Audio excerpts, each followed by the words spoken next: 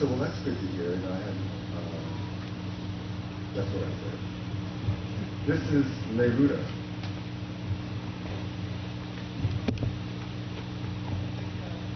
Somewhere is a man so gracious as to die with his people on the day of the mass killings, on the day of the book burnings, on the day of no political asylum, on a day, 24 September 1973, on a day of the No Way equinox.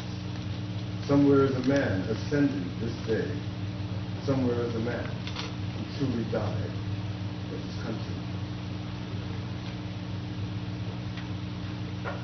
Manifest Destiny, for Nate. Dark in the wind, night driving across the plains. They call this place America, I am sure. We who have come west manifest destiny over hundreds of years, from the Gold Coast to the West Coast. We get there, mucho love, mass vision, define time and place. Night driving across the plains to say hello to the Pacific. Mexico City subway inaugural for Barbara and Jay Wright. And I'm sure you can hear me, right? Something did not tell me have left us in the toilet through the streets of rhymes, those green gold every way. Sun God in the afternoon runs traffic across sundials, sulfate fire, blood in the muscles of the head through fields of mines. Rain falls for centuries. On the avenue of the Catholic Hotel, who could Isabel tell of the conquistadores? The Aztecan cable car slaps through the hot mist, moist embrace of water and track, towards yet another Zocalo. Old Mexico under the tracks makes way for the subway. Mexican Aztlan, Aztec, triangle becomes pyramid. Dos Equis, triple X. At the virgin birth, eat peak, hail Guadalupe 3 times. Go home. The Indian woman, brown and low in the afternoon, whose language was abandoned for divination, whose prophets read the cards, make lottery like pottery. The Indian woman, round and low, walking in a solar daze. Indian woman, round and low, in the street, blocking traffic, waiting for money, within the old city of the hemisphere, Los Indios, in the middle of the street, walking slowly from car to car, waiting, waiting, amid screaming horns, smokestacks, glass tracks, myriad people scattering, chattering, screaming. Los Indios, she walks slowly from car to car, holding a glass of holy water. Along the edge of one land and another, states of concern, spiderweb and arena. What is the common populace, the minds of the atmosphere, the sound waves of voices screaming in the street, scattered blood random behind trains of police, and at the feet of ancient gods. Featured in comic books, Aztec script, animal spirits in their Walt Disney anima, Porky Pig, even Mickey Mouse, the god of mirth, to eat between a pack of dead corn. But then, myriad people float in the air, piled upon a trolley car, sticking out and hanging on, and you laugh as they mingle with the objects on your cafe table. Dos Equis, the traffic like a movie, myriad faces you would never see again. I did not speak to you at first, but when I saw you riding towards us in the distance, I saw a bright band hovering around your head. It looked like a halo, and I was afraid.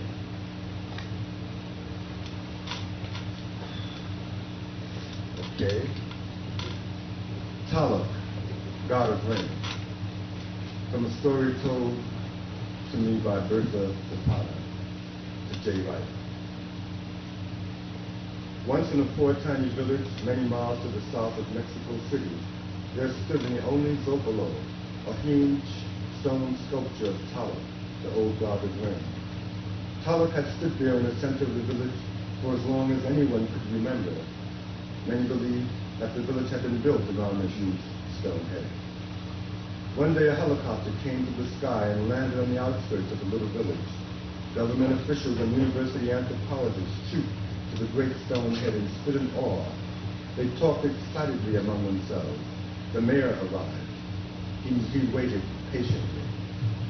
After much note-taking and many photographs, the men from Mexico City noticed the mayor and began speaking to him. There was to be a great celebration in Mexico City of the country's heritage. They had heard about the great stone head of Talak existing in the area and were overjoyed to find it in such good condition. They were certain that Talak would be the star attraction in other celebration in Mexico City. The mayor demurred. There would be no problem in the village donating Talak to the Museum of Anthropology in Mexico City. Of course, as the gentleman could very well see, there was only a very poor dirt road that led from the village to the main highway. A good road would be necessary to transport the massive stone head all the way to Mexico City. And in no time at all, a road was built. Many workers in a gigantic crane laid Talak's giant head on 2 flatbed trucks that covered both lanes of the new road. The entire village gathered for the road to say goodbye to their old god. The 2 trucks got underway and crept at a snail's pace under the great weight of the massive stone head. Down the road a bit, the villagers had regathered. The heavily burdened trucks stopped. The people would not move. They wanted electricity for their village. A team of electricians were dispatched from Mexico City, and at no time at all, the little village had electricity. But when the trucks got underway again, the villagers would still not let them take the huge Olympic head past them. They wanted a school for their children. The government built a school in the town village. Again, Talak was on his way, and again the villagers prevented him from going. They wanted running water in their homes. Finally, Talak, the god of rain, was allowed to go. For many days, the 2 trucks balanced Talak on their twin flatbeds as they rode along at 5 miles per hour from the brand new village. After many long and arduous days, they reached the outskirts of Mexico City. Crowds came out along the route. Many walked joyously alongside. As soon as Talak entered Mexico City proper, it began to rain. It was not rainy season. There was supposed to be no rain, but it rained. It continued to rain, all the way up to the unveiling ceremony for Talak. It rained on. It rained so hard that there was flooding. All of Mexico City was inundated by rain. Meanwhile, the new, tiny, little village rejoiced in the power of Talak, their ancient god, the god of rain.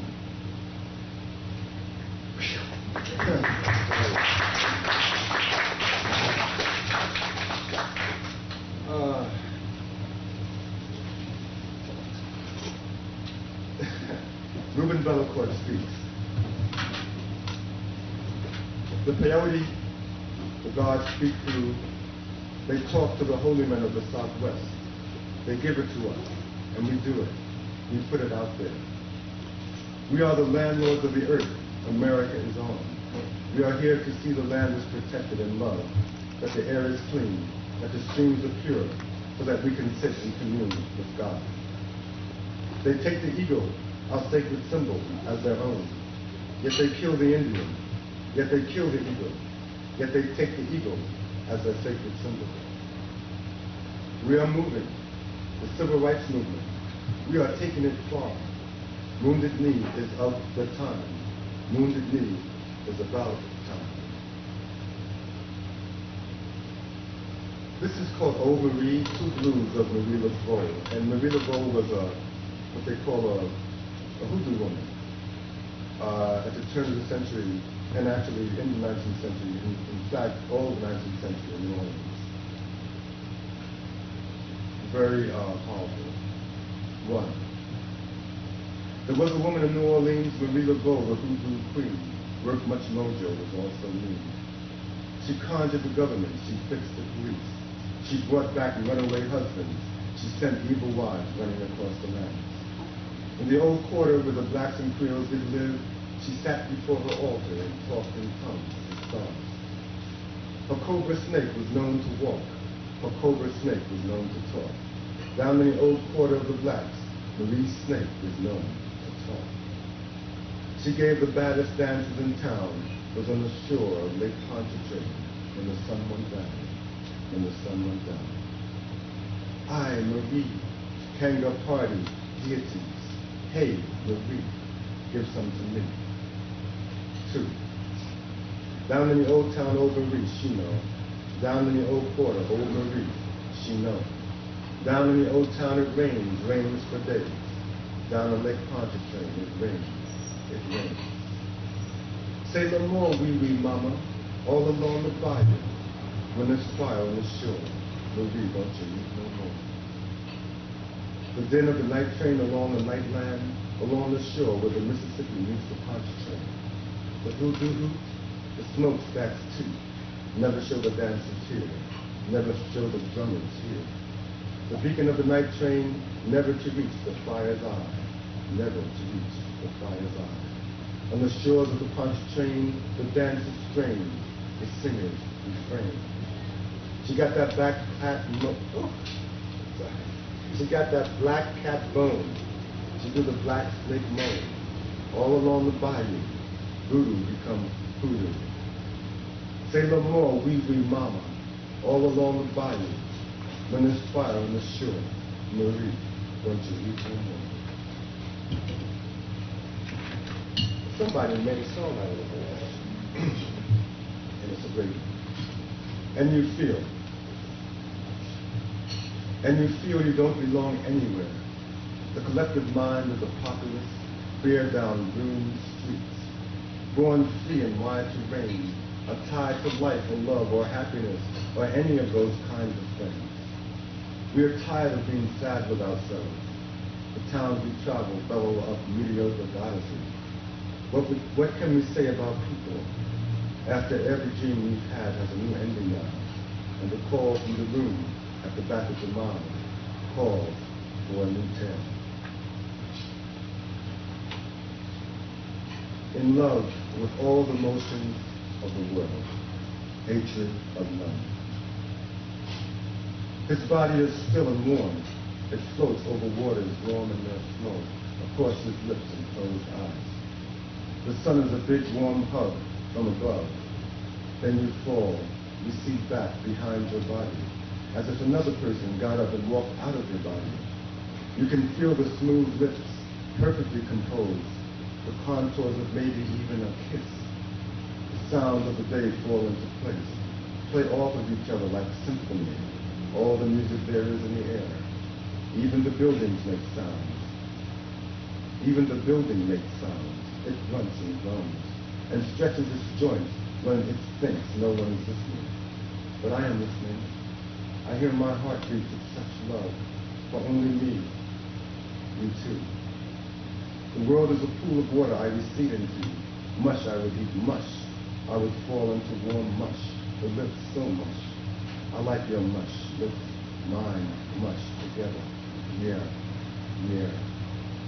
Here it is, the space-time we have been looking for, searching. Everything goes on as usual.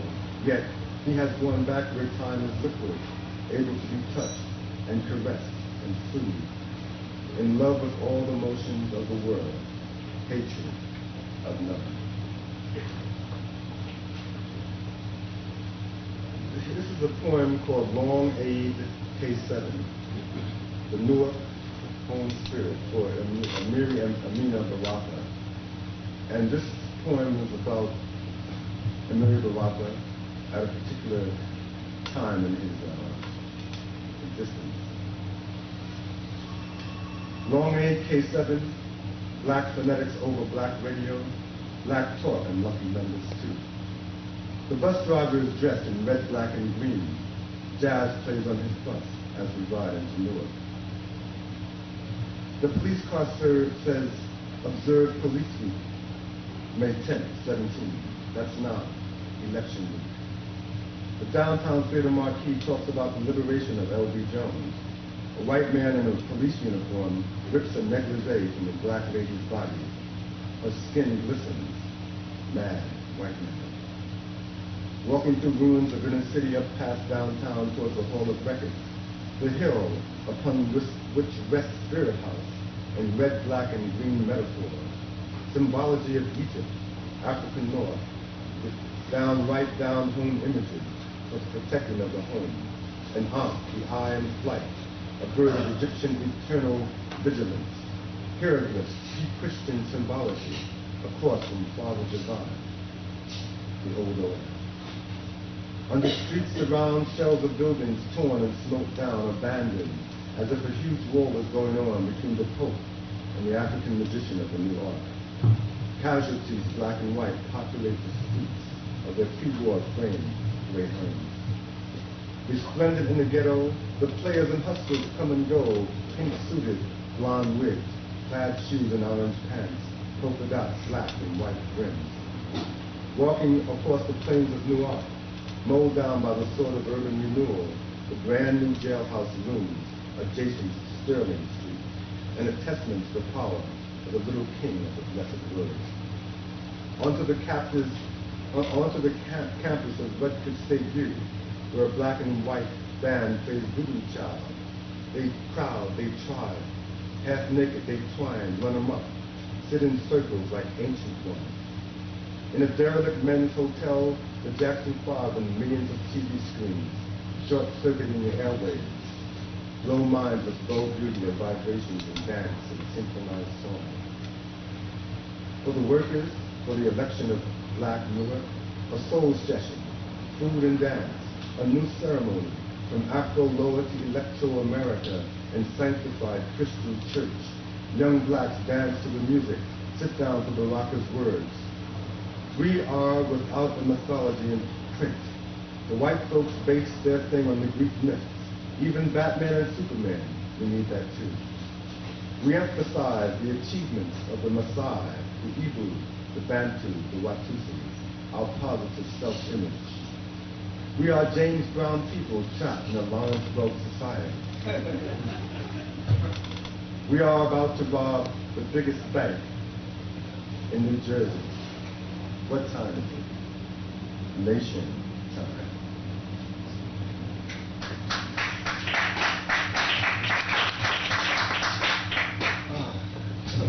Well, that's what time it was.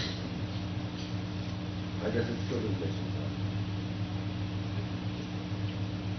Ghetto Fathers in Choice. This is actually the introductory poem to this play that we put on in San Francisco that I wrote. Running riot, loot and burn, nightsticks banging on concrete curbs, white and black helmets of the high priestess gang, white fluorescents shining black faces, sneakers glowing black light, chains, thuds, sonic whistles, Congo drums, red sirens looping incandescent ether. Thud of wood against flesh, 2x4, Mr. 5x5, shards of flesh, Charlene, human scream, Caledonia, boogie, catatonia. Buster and Beulah, Othello and Desdemona, Vigo and Professor Shakespeare, Ghetto Follies, Public Bliss Synergy, The Blood Bank, Luncheonette, King Kong, Tar Baby, Griffin Rex versus the Black Mob. Black Mob Rapes Supermarket, Black Mob Rapes Supermarket, the gorgeous cornucopia room. Uncle Tom, eyes flashing orbits, 45 caliber pistols, slitting teeth and blood, old-time gag routines, minstrel rain of midnight sticks, tracer bullets and neon ricochet. The niggas still laughing, oh Sambo, oh Sambo, oh Sambo. Rhino singing, do-wah in Echoplex hallways. I love you, baby, till I die. Serenading a wine jug, doing the wine. The radio ad comes on, no money, no money, no money, no money. You ain't got to have no money, no money. Ain't that right, Slim? Slim say no, I mean, yeah. Cops delivering rifles, machine guns, bazookas, and mortars for no money. They are moonlighting in the ruckus at midnight in the ghetto for no money, no money, no money. Down, Negroes dripping blood, walking arm in arm into charity hospitals, concessionaires selling their wares, jukebox and waiting room, vending machines selling beer and Joe Louis milk, Malcolm X shaking hands holding his chest, Conrad's #1 TV show on Nielsen ratings, the crisis of the black intellectual is #2, limited nuclear warhead devices originate mutant species on the island of the frozen garbage, giant rats and giant roaches fuck and suck, black mob convoy takes the highway towards South Africa as an atomic bomb explodes down the street. Please. I mean, I said once at a reading, she was on the floor, and people got an attitude, but, give me a break, if you don't mind, baby. Azania, this is a poem about South Africa, and Azania, is South Africa. Azania, for thee, we. Nomad Azania, black homeland, shantytown, captive Bantu stand. Zulu of the Bell, Bantu of the Transvaal, encourage the whites to stay. Encourage the whites to stay. Black, yellow, brown, Azanian faces, black Afrikaans, death of third world races, abandoned to apartheid by the free. Black death floating, gold standard. Black death floating, gold standard. For children of color, Boer genocide, the free world consumes death from apartheid. Rows of little coffins of bare plywood, the demand exceeds supply. The demand exceeds supply. Dead black souls in the diamond rings of June, vows below bloody Azanian moon. Israel, speculation, Afrikaans, golems by the Krugerland. Golems by the Krugerland. Daughter of Azania, she's walking to Botswana. Daughter of Azania, she's walking to Botswana. Daughter of Azania, her feet are swollen, she's walking towards freedom. Daughter of Azania, her feet are bloody, she's walking into freedom. Gandhi's ghost attacks golems of the Rand, the widow's children free the Bantu stands. Strange fires burn apartheid beyond control. Azania, for thee, we. Azania, for thee, we. No man black, brown, yellow, and no man's land, no Krugerrand, no Bantustan, no apartheid, no genocide, no. Revolutionary Azania, yes, for thee, we, yes we,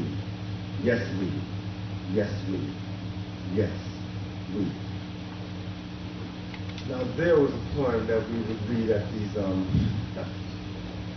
readings in San Francisco, of which I'm surprised that there are not very many in New York, where people would have these mass readings for a particular cause, one or another. You know, to Bob Kaufman. Looking down a long San Francisco Avenue, sometimes I can see the future, the homes, the cars rolling side by side towards the horizon. I was afraid of your pain. He kept it going. He helped keep the spirit of poetry happening. It was Bob Kaufman on the scene, snapping his fingers and swaying to some internal random jazz, or sitting and noodling in his own time, to some poet reading, at one of those endless celebrations of poetry, or benefit reading for whatever appended cause, because every cause is a cause for poetry. I was afraid of your pain. I saw in the San Francisco sky the weight he carried, his fierceness, the tiger in his eyes, the Zen strength in his frail frame, his will to live.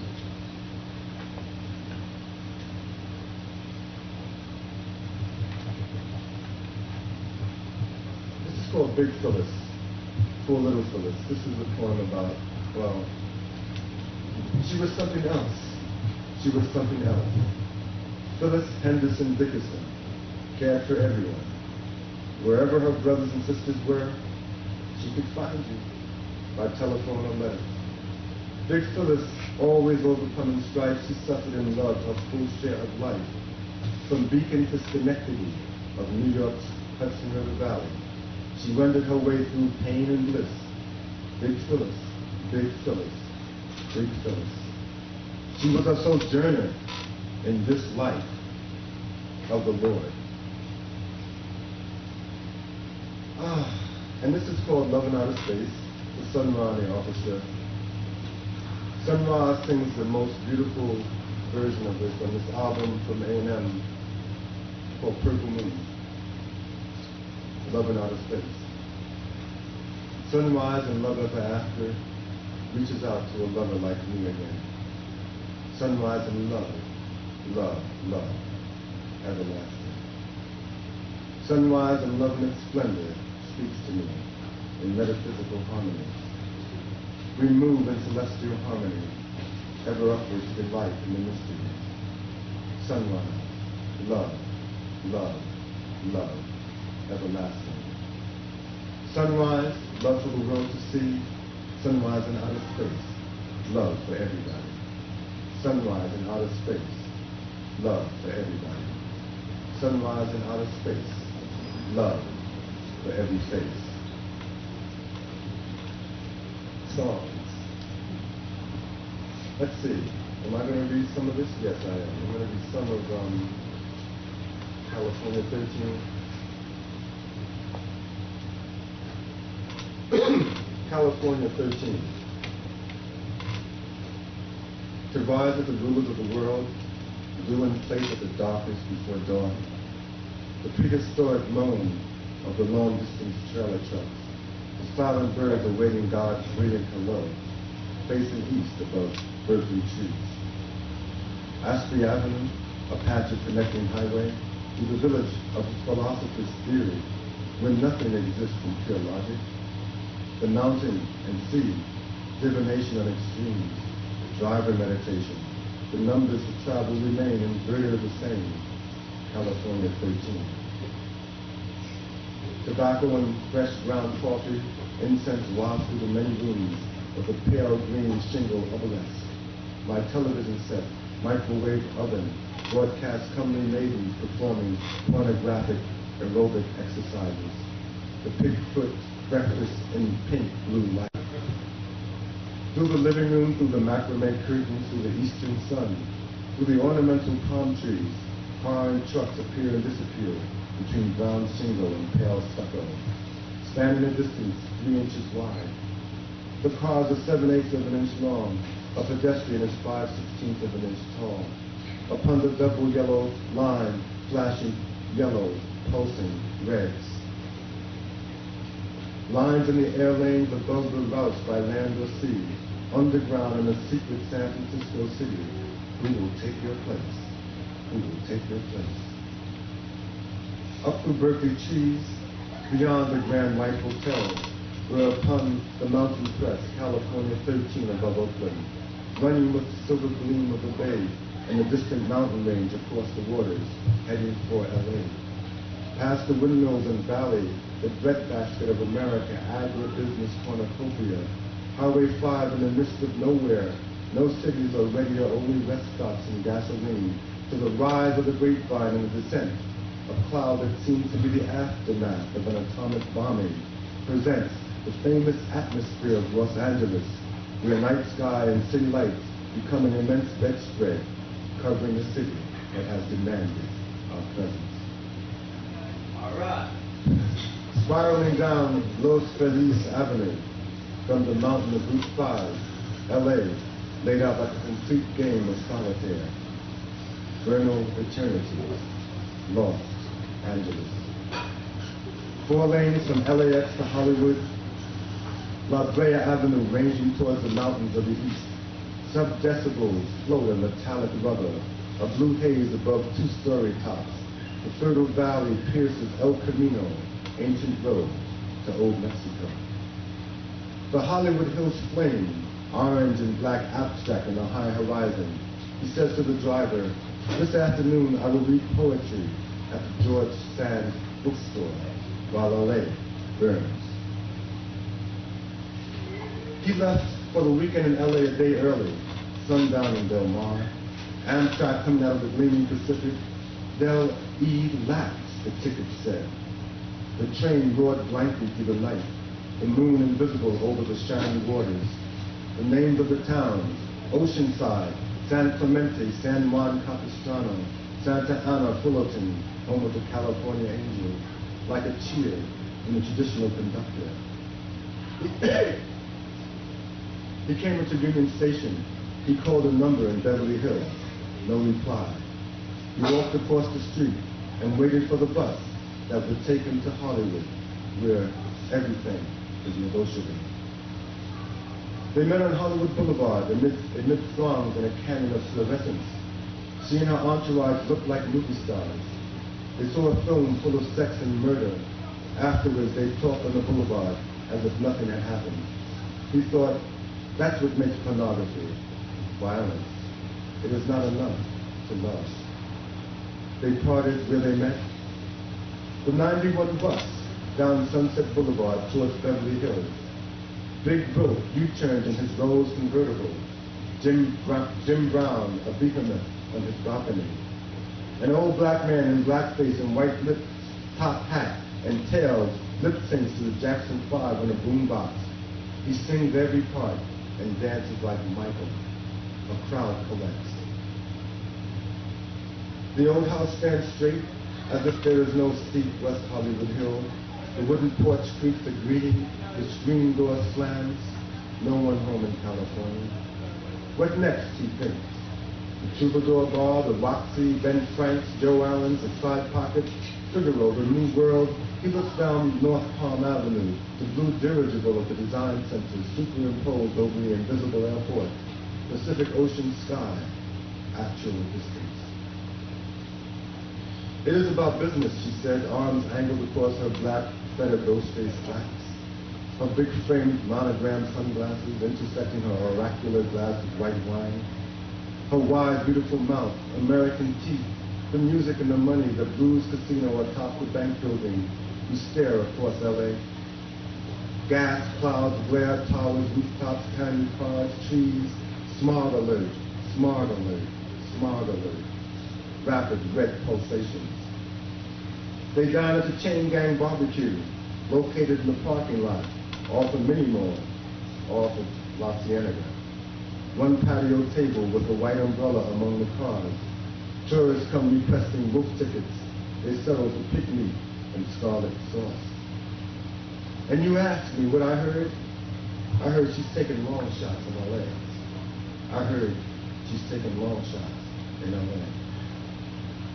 The movie was about some brothers who were making a movie, only they couldn't agree on a script. I heard she's singing in L.A. She's singing in L.A. The movie became a symposium about blacks in the film industry, only they couldn't find a hall. On Sunset Boulevard, she rolled down a limo window and hung her big titties naked in the traffic. She went into Roxy and bit an ear off the waitress. Then at Donna Summer's billboard, she stood underneath like a bad girl. She lost her chops in a white powder room, soul shot to begin to croon. She's singing ballads in L.A. She's singing ballads in L.A. And she drove her slender body in her slender oriental automobile through the wide and vacant night streets of deep L.A. He sat beside her, a glass of ice in his hands, a quart of good old Jack Daniels, sipping and riding, studying her sharp profile, her lean leg, working the pedals, her skirt curled around her thighs, illuminated by moisture and the angled sheen of the lights of the street. Her voice so mixed into the muted soul of the radio as to make it another mix altogether. A few stops to make in leisure, and then, only then, in the light of the night, the machine that conveys, the machine that sings, the machine, the bliss of silent lovers in a vacant city that exists for only them. It is a liquid of her mouth, the glass of warm, fluid, glossing teeth and tongue, as a mouth to enter unguents. What he would drink, inhale, the 100-degree liquid heat returns to within her. In the LA night, some singer singing about loving, and he's black and excited, and they're excited and black and white and black and whatever combination of mucus and skin and hair and edges that cling like lips becoming one sealed between suction and postponed exhalation. And that breath of good whiskey and the connecting fluid of her femaleness for all and whatever. You gotta ride. You gotta ride. You gotta ride. This is the party. This is the party. This is the party. This is the party. This is the party. This is the party. Yeah, I live in New York, LA. Manhattan's my night, Hollywood my day. Yeah, I live in New York, LA, flying across town and greet the scene in my supersonic limousine. Hey there, sweetheart, come in and step inside. Night-long boulevard, take a ride. This is the party. This is the party. This is the party. This is the party. You gotta ride. You gotta ride. You gotta ride. You gotta ride. Santa Monica Boulevard, West Hollywood to the sea. The number 4. She's living inside a novel, passing the time away living inside a novel on a bus in sunny LA. She's reading of romance and lizards, of karma and fate. 700 pages of destiny on a slow bus to the sea. Santa Monica and Venice Beach, weekenders biking, walking, jogging, skating, disco skaters rocking backwards, tank tops, halter tops, and shorts, cradling boom boxes like babies, rolling sand and surf, the horizon above our heads, as far east to west. Beach blonde, frolic, topless surf, white noise of Malibu. Newport and Laguna beach towns along the first highway of California intersecting the endless boulevard. You came from the edge of nowhere, and you are out there in the California night, standing on the street 100 miles long, staring down the lanes of life, reluctant to let the night go into tomorrow. You gotta ride. You gotta ride. You gotta ride. Past Disneyland, an acre of strawberries, clumps of field workers dressed like Chicanos, picking fruit beyond midnight, picking in the midst of our slum. Stone runs a laundromat called Wash. Big old black man from Texas, 10 years. All the black people moved over the mountains after the tidal wave. White folks still want to live all up on the water. He drives a 7-year-old Cadillac slowly down the endless boulevard. San Juana, the future of America. Sunken highways, speeding cars, multinational neon signs to right and left. Multinational neon signs to right and left. Giant stores at eye level, luminous in the canyon of night. Yellows and reds, whites and blues, a valley of lights flowing down the boulevard of the future. They were roommates in La Mesa, some obscure mini-city in Greater San Juana. A 2-tiered off-white complex about a swimming pool. Blinding sunlight exaggerating the pastels towards a hyper-filmic reality. The Latina and the black man, often plastered in the placid night. 2 drunken, considerate clowns amid the lush vegetation. Lights in the windows framed by bowls and flowers. The unattainable Dog Mountain looming stupidly beyond the hiss of the freeway, invisible through trees. Music from the mountain regions of South America, panpipes and tiny guitars, bush drums, the utter silence that constructs that music. Dinner somewhere on twilight El Cajon Avenue, the procession of cars in the California night, dancing in loud public rooms with strangers. They knew no one and did not want to. They danced and drank alone. A party for 2, lasting. Californians, anonymous. They met Professor Speedo at the John Wayne Airport. A slight confusion in his itinerary. He has a suitcase the same size as he, 5'8" by 3 feet, only sideways moving, both all in black. They take him to topless San Juana. They observe the unveiling ritual solemnly. They observe the unveiling ritual solemnly, drink rum, and discuss narrative. They confirm their mission to discern the mystery of the lyric, coo, coo, coo. It's not really coo, coo, coo, coo, coo, La Paloma. There also is the important question of whether Professor Speedo wants to join the Don Miller fan club. Don Miller is so beautiful. Each night he gives up himself selflessly to the patrons of the La Jolla Village Inn. He stands before his cocktail lounge organ and gazes out into the drunken darkness, thinking of which song would please us the most. The Don Miller fan club met 3 afternoons a week at Salazar's by the Sea, awash in pictures of margaritas, bowls of nachos, drunk on cheese, the Cuckoo, La Paloma community choir singing along to Don Miller on La Jolla's cliff top, raw earth bluff in California darkness. The electric pre-recorded congas go berserk on an upbeat rendition of Send in the Clowns. Don Miller is beside himself with emotion. La Latina Isabel, La Latina Saint Isabel, bent in supplication before her altar, above the freeway that flows like a river. In the distance, the impartial Dog Mountain, the Santo of lost causes and lost objects, lost poets and news radio. An altar with third figures and a real nest. Don Miller sings My Way down the endless boulevard of Southern California. Tiny halos framed by night trees, flashing yellow into the distance. I had hoped to meet you in Salazar by the sea in La Jolla, our old meeting place, where we could drink and talk about Don Miller above the white noise of the mob. But trains and planes rarely coincide, and I leave this realm with only love in my heart for you. The number 30, then the number 4, 10 blocks to downtown, and the 32, straight along the descending road, the border of San Juana, crossing by foot into another world, California towns, Baja, Continuum.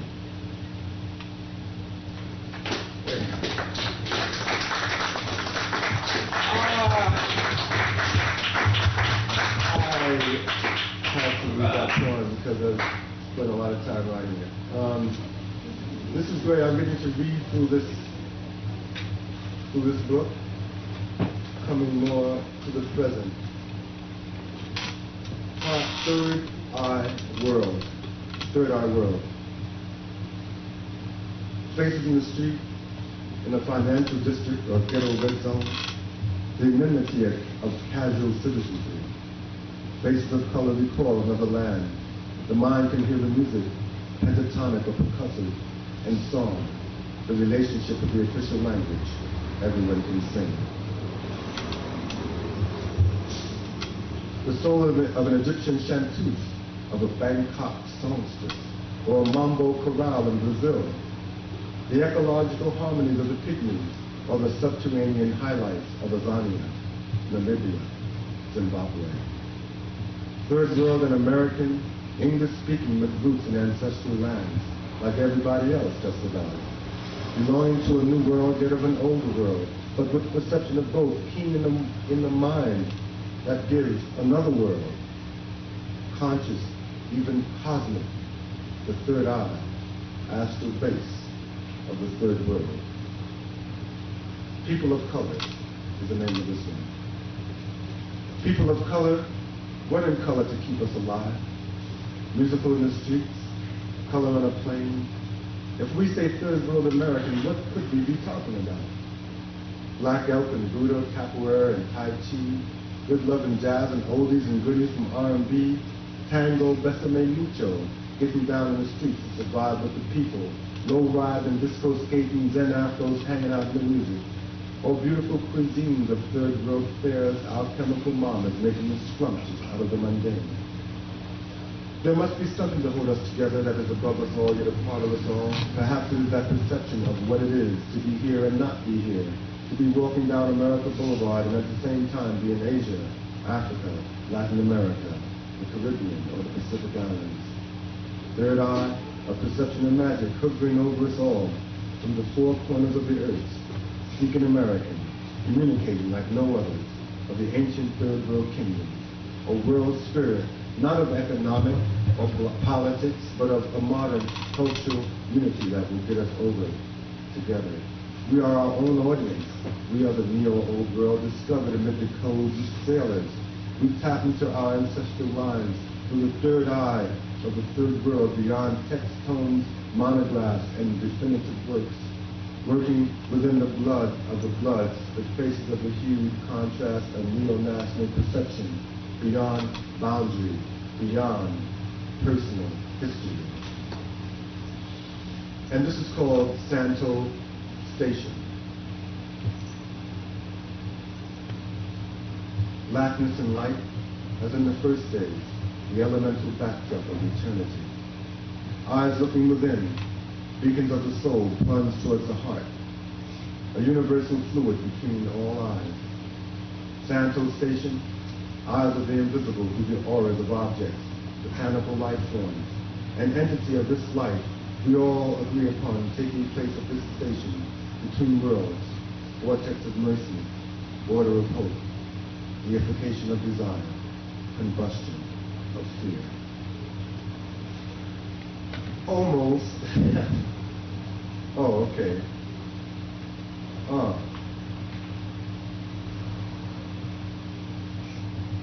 Trenchtown. I'll give them both.